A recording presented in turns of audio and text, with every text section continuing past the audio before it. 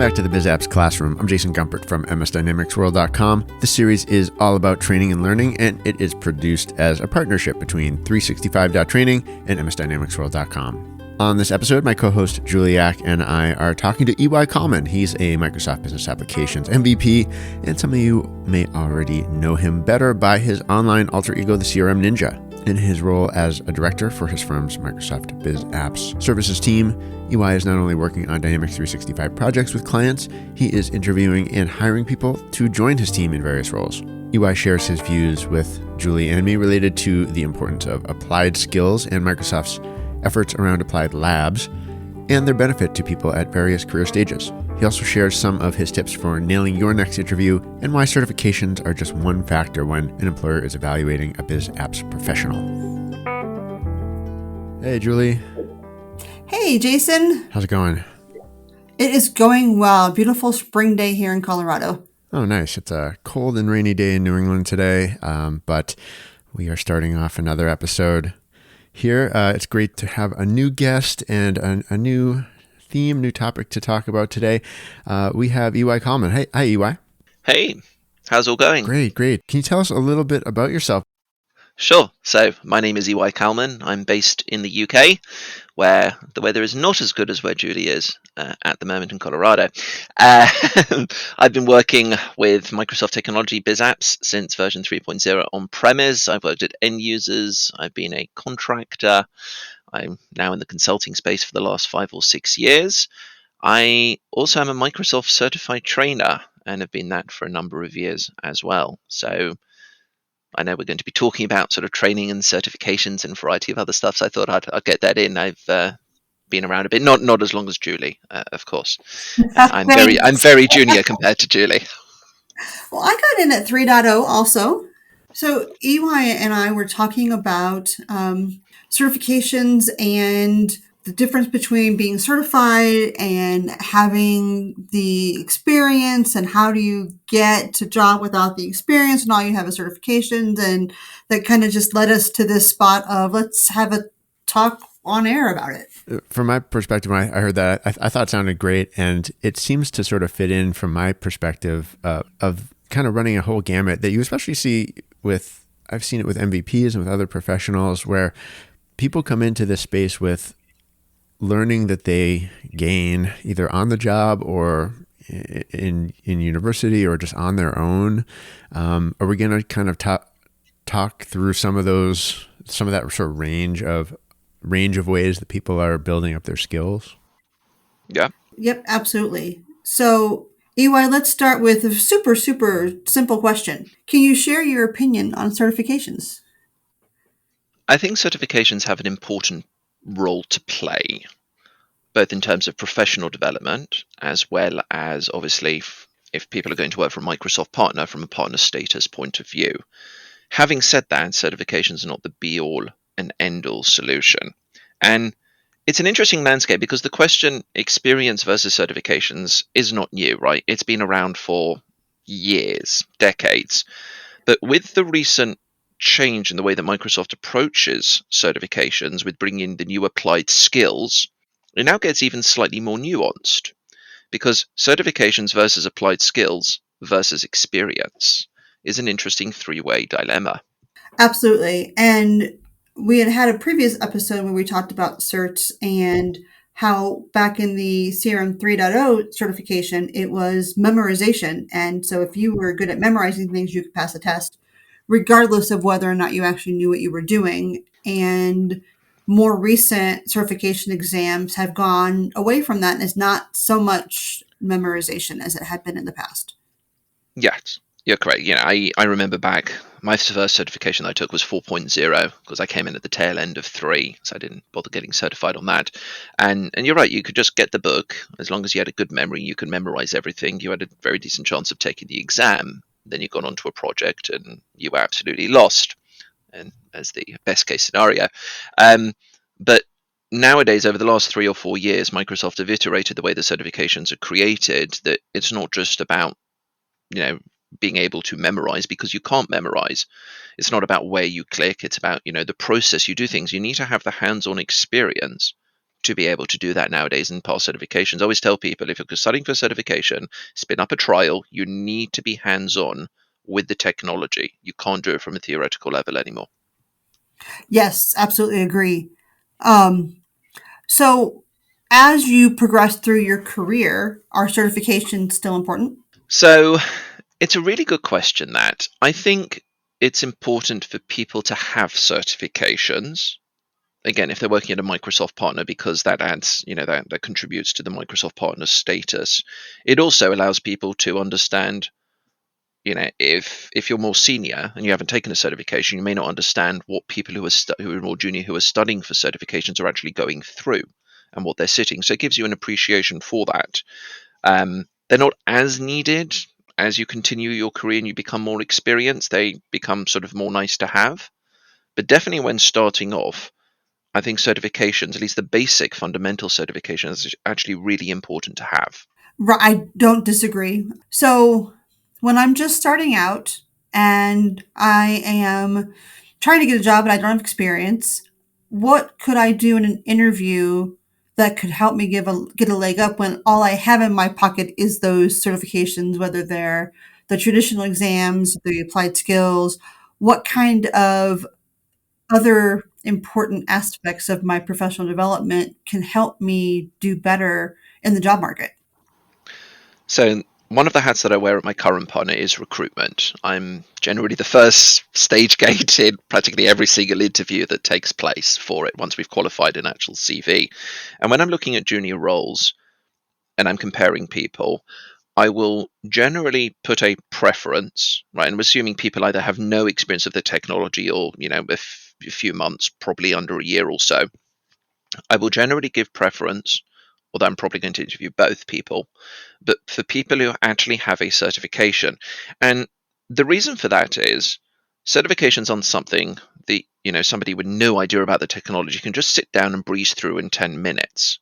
Seeing a certification or multiple certifications, whether they're fundamentals or they are the more advanced certifications, on a junior candidate's profile, shows me that they understand that they're trying to get some experience, which they may not be able to do from project, but they've put themselves forward. They want to learn, and they want to prove that they can do something for it, whether it's the actual, as you said, the actual certification, or nowadays having applied skills as well. And they've been proactive, and let's face it, they've paid for the certification themselves. Potentially, they may have got a voucher for it with one of the ones that Microsoft gives away from time to time. But the likelihood is they've probably paid for it. So they've put in time. They've actually gone ahead and got some hands-on with the technology in order to sit the certification. For me, that shows that this person isn't just idly sending out their CV, seeing where they may be able to land, but they've actually put in some time and effort to prove that they could do something in that area. And for me, that's really important. So if I'm starting out, I have a couple of Power Platform or Power Platform adjacent certifications, and I'm just having trouble landing a job.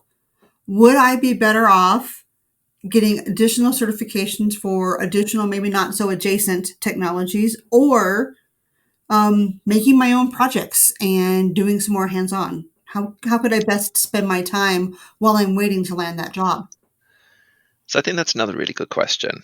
I'm here for the good questions, EY. That's what I do. I know you are amazing with questions, of course, Julie. I fully bow to your experience in asking the best questions ever, as I have managed to witness in person. Certifications, again, even for junior people, on the be all end all. If you've got a couple of certifications, I don't think that they should chase every single cert under the sun, because again, the amount of time they need to do in it's going to talk about things which are totally foreign to them, right? Solution architect exam, for instance, somebody who's junior will have absolutely no idea of it. So having a project, volunteering for something, volunteering for a charity and putting some tech together for that, or just coming up with something that they see in their everyday life or they see around them and coming up with a solution, being able to demonstrate that, run a demo through of it, put it on GitHub or somewhere else, do a YouTube video, all adds additional weight. The way that I run first stage interviews is I ask candidates to put together a casual presentation, and they can do it on any topic that they want. They can do a demo, they can do a slide deck. I want to see what the candidate brings to the table, what initiatives they have. It doesn't even need to be directly related to the company that I work in, but I can see, and if they're proving, they've got a couple of certifications, possibly they've got a demonstration of something that they've built themselves, that carries a lot of weight, because again, I see that they're eager to do it and they are putting themselves out there to learn how to put things together. Yes, I spent a lot of time with beginning resources where they were a farmer last week and now they want to try technology. And I always tell them that even if they're just on day 2, that means they know more than the person who's on day 1. And they can share that. They can help someone who's one day behind them. I like the concept of the growth mindset, and every day you should try and learn something new. And if you can challenge yourself, it doesn't matter how major or how minor it is, but I look for people who have that mentality. They want to learn, they want to grow, and they're doing what they can to prove it. Doesn't matter how junior. Being able to show off communication skills in combination with some technical knowledge or ability to learn technical skills is hugely valuable when you're trying to impress a potential employer. Yep. And communication skills can be taught and can be learned, right? When I started off, my first place that I worked, I was thrown on site to client. I had no idea how to talk to them. Thankfully, they were really casual and they were really nice, so it managed to work out. But somebody new, somebody junior, I'm not expecting them to put together a perfect pitch and be able to talk to C-level executives and be able to wow them and business vision, right? They're not going to be able to do that, and I accept they're not going to be able to do that, but they can be taught and given the skills how to do it. So the presentation may not be graphically perfect. They could have tech issues if they're doing a demo, but the fact that they're doing something and they can show that speaks to that. If they just turn around, and I have had it, somebody, you might not believe it or not, but I had this actually recently. Somebody came to an interview. I already had their CV. They weren't new in the industry. They've been doing it for some years. And the presentation that they gave was the information on their CV. I love it. Yes, I was a little wondering if this was like the Twilight Zone or something, because I had a copy of their CV. I was going to ask them questions on a copy of it. And they just presented and they read through the information, each bullet point. And then they said, "What do you think of the presentation?" Nice. And what did you think of the presentation? I said that was a very accurate description of the information that is included on your CV. Let's now ask some questions around it and your experience. And did they get the job? Unfortunately, they did not, no. Okay, fair enough. I know that sometimes when I'm recording training for a new training provider, they want a sound check video or a demo video to check on the different qualities, whatever. And so my go-to is a presentation about the importance of quality sound and equipment. Yes. So that's the easiest thing to do. You don't have to think too much about it because that's the whole purpose of why you're there. So I very much respect the presentation about myself for that interview. I think that was spectacular. It was definitely an experience. I was hoping it was going to be some clever sort of reimagining of the CV into something more interesting, but that didn't turn out to be what you got, huh? Well, they had taken their CV from the Word format that it was in, and they had put it into PowerPoint slides. See, I would have given points if maybe they had given what their CV would look like in 5 years after you hired them. Now that, being imaginative, awesome. again, Yes. that would probably have stood them in a bit of better stead. Yes. Yes. Yeah, or the story behind some of the bullet points. It can be a little bit rote or a little bit boilerplate when you look at every CV. So maybe put a little more color into it or something. But oh well, missed opportunity perhaps. I do interviews here locally with high school kids that are applying for internships. And the practical aspect of it is they all get hired. It's just for the practice. And I'm the person they don't know because all their teachers and other people who work at the schools help them with that. But then they have to talk about themselves to me and they don't know me. And I'm terrifying, apparently. And so I hold up their resume and I say, "This is all I know about you. So what else should I know about you?"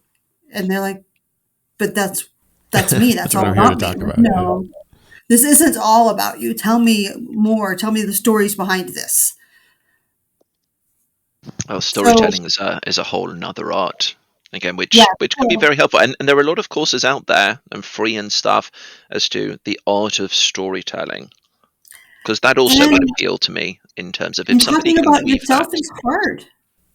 It is. It is hard. Yeah, I remember doing for my first job before I landed my first job out of school. I think I probably did 20 interviews or something at different companies, and I actually got fairly comfortable with them by the end. And I think so relaxed at the last one where I ended up that it went really well. And I had heard so many questions and I responded to so many at that point that it felt like I had practiced. I have to share. I love when I've looked for new roles, I have generally actually loved interviewing. I always see it as being very relaxed and very casual. It's my mindset. I've done enough over the years. The most nerve-wracking interview that I had, though, in the last, I don't know how many years, was in early 2023, was actually with a Microsoft team for something that they were reviewing of mine. When I was talking to the people responsible for the actual underlying technologies. And I was really nervous about that. There's like, they're going to grill me on this. I was so nervous going into it, which I haven't been looking for a job for I don't know how long. Yeah, I haven't done an interview 25 years. Yeah, I've not been on that side of the interview process for a very long time. I don't know how I would do that. So, swinging back to our certification conversation, if you had to pick one cert for a candidate to have, what would you want it to be and why? Ooh, that's a difficult question. And the I have reason why mine. so the reason why it's difficult is it's based on the persona that the candidate is going to do based on the role. Julian, we're generally Biz Apps, right? And Jason as well. We're Biz Apps focused, but is it pure Power Platform? Is it Dynamics 365 focused? Do I want them to know about the AI capability? So rather than a Biz Apps exam, I'm going to want them to go take one of the Azure AI exams so they know about AI more. That's where I wouldn't know specifically which one to pick like that. So let's put it at least in a small bucket of biz apps in general. If someone's coming in for a biz apps role in some capacity, if you had to pick one, what would it be? Mine would probably, and I'm shooting from the hip here, mine would probably be the PL200. I would have to agree. And why would you pick that one? I see it as being an all-rounder exam. It's advanced enough. It's not just fundamentals. I happen to know what an app is. It covers on Power Platform capabilities as well as Dynamics 365 capabilities without specializing in a specific area. And if somebody gets that and has it, I am generally reassured enough to know that they can go talk to a client at some level about the tech. They have a basic grounding in it. Fundamentals is good. They can talk about, high level, what does customer service do? What does sales do? What does, Power Platform do? And that sort of stuff. But the PL200 is more in depth across each of those and the Yeah, entire broad range. I agree. And even if you're coming in for an F&O role of some variety, if you have that one, you understand enough about how businesses use technology that you should be able to apply it to something else. Yes, agreed. And Though for the record, automation, I don't do much around FinOps. I don't either, but I know that there are people who do those things. I know enough to be dangerous. I know enough to have someone else do it. Yeah. Yes. So I'm looking through the list of notes that I have. We talked about what should I do if I don't have a job yet, but I have some certs. How do you suss out a good candidate when you're interviewing someone new? How do you figure out if their certifications are because they're good at taking tests or certifications are because they understand the technology? How do you figure that out in an interview? So if they've done a demo, I will ask them questions that come into my mind. I don't have a pre-arranged, prepared stack of questions about how they've done something in the demo. Now, if they've actually done it, obviously, if they've done it themselves, I have known of people who've got other people to create demos for them, which obviously doesn't work for those sort of scenarios. But they'll know how they did it and they can explain through how they've done that. If they can't do that for a demo that they've done, they're not going to score as highly. If they don't have a demo and it's a presentation or discussing a bit of their experience, I will again start asking questions as to how they did something. Why did they choose, a classic workflow fire versus Power Automate? And I'll start throwing some questions at them, which means a specific use of technology needs to be used, a scenario-based question, and see how they respond to that. And then based on those responses and the interview overall, I would score them. Do you often hire people who are at the very beginning of their technical profession? So at my current partner, we are looking to start. We have interviewed some people. We have sort of a not quite an apprentice scheme, because it's not an apprentice scheme. They'll be full-time employees, but we're sort of starting up an academy style entry to phase people in who have gone through a little bit of training, got a certification or two. They've gone through one of the third-party academies that are around in the US or the UK that have put them through some training and some bit of hands-on experience. And then we would take them on and grow their skills and mentor them to be able to advance them professionally. Okay. And how do you decide who gets into that program? So when we interview them, we're obviously very conscious that they don't have a massive amount of experience. So it's about asking questions just to understand, have they looked at the Microsoft Learn documentation and memorized and reciting it by rote, or can they think of something? Generally, the programs that they've been through, if they're coming from a program stream into us for interviewing, they will have done demos. We know that they've done demos because we know what the syllabus is. And it's about asking them, again, why did you use that piece of technology for your demonstration? What do you think? And hypothetical basic scenarios to see if they can identify what piece of tech they would use in something. Okay. I have had a few of those who unfortunately have done a demonstration. They've learned it by rote. And when I've asked them, why did you use at this point in the demo that piece of technology? Why did you make it work in that way? Cannot unfortunately answer it other than it was in the instructions provided. But at least that's honest. That's the I really don't know enough, and that's part That's of what true. I'm here for. I can appreciate that. So we appreciate that, but we take it into consideration as to what sort of persona we need in at the time. Sometimes they would stream in, sometimes they would not stream in. That's fair.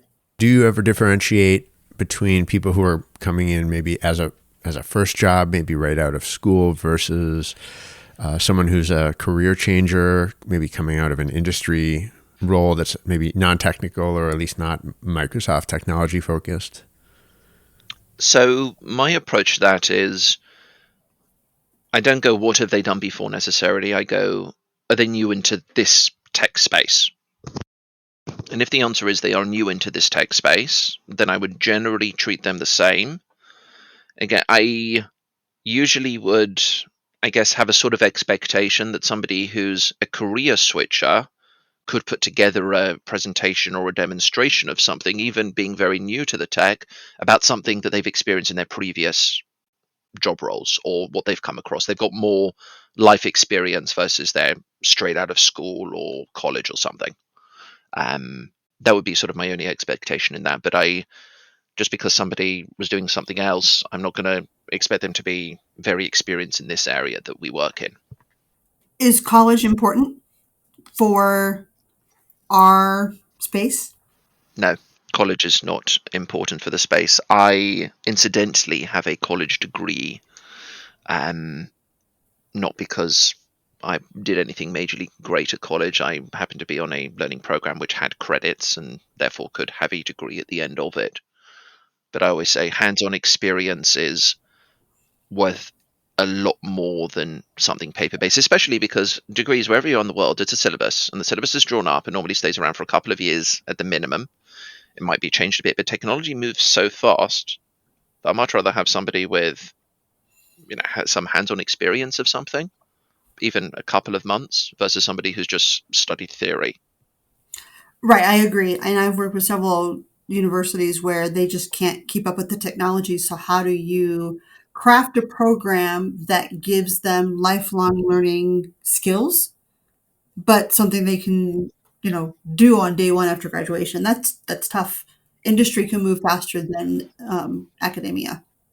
Yes, and I think it's a general challenge that academic institutions across the world have now with the pace of how things move. Absolutely agree. we touched on this a little bit earlier, but can we go back to the topic of applied skills in Microsoft learning programs and what those really are about? I'm not familiar with them. Maybe our listeners are. I'm sure you both are. Is there anything we should really touch on there about what's changing? So at a high level, applied skills. So the exams, right? If we think of certifications, you go and you answer questions in various formats, and if you get a certain number of points, then you've passed. And if you fall below that number of points, you don't. Microsoft started to take a look a year or two back at moving towards including labs as part of that. So you would actually build something. You go and you configure, you'd customize something in during the exam and be marked on that. It is still a direction which Microsoft is moving to, though they're very limited exams at the moment, and it's also based on Microsoft not wanting people to have problems, say if they have a slow network connection. So most exams, especially if you take remotely, will do, across the plethora of Microsoft exams available, if you do take it remotely, you will not have any lab work within them.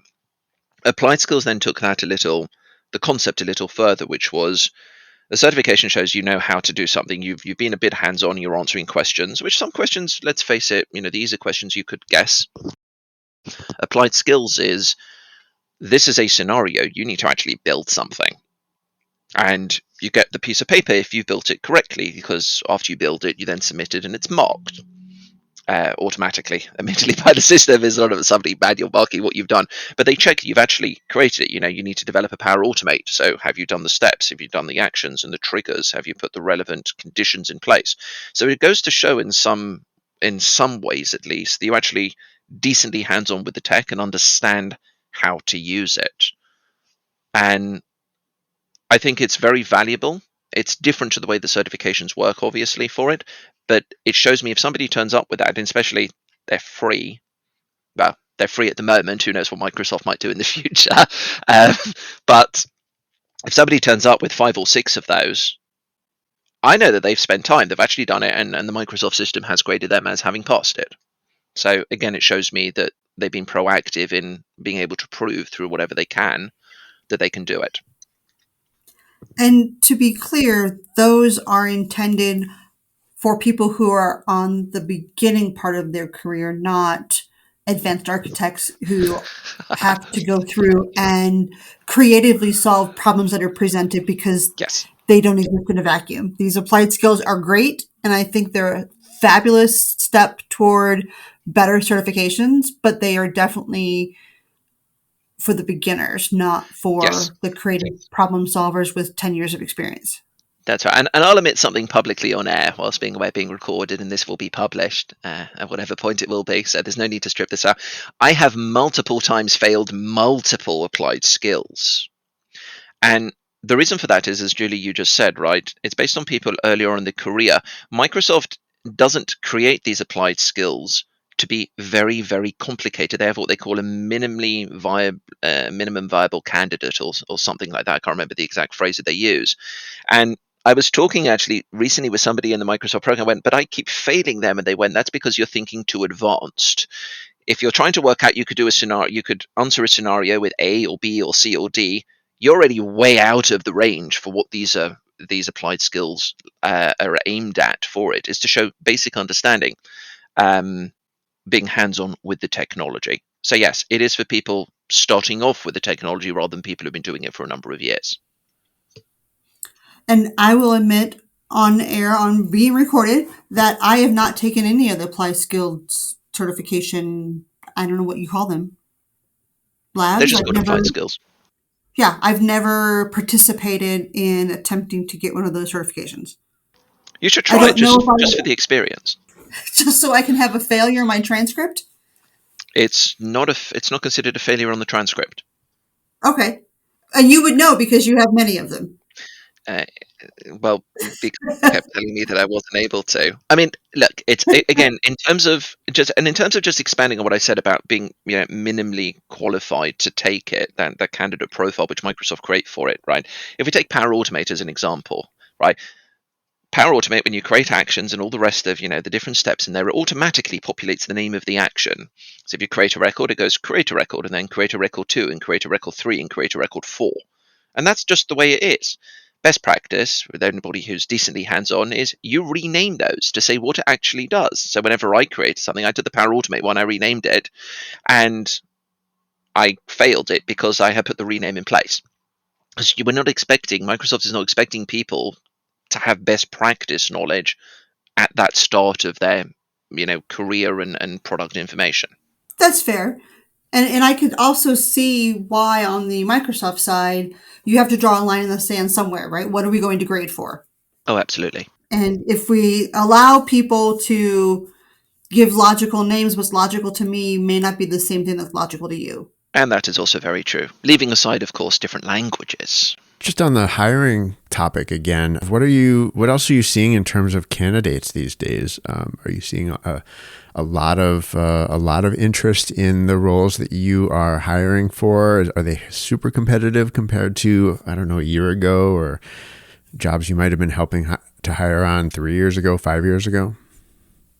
So from my perspective in this, working in the partner space, if you go back a year or two, there were very few candidates available for roles.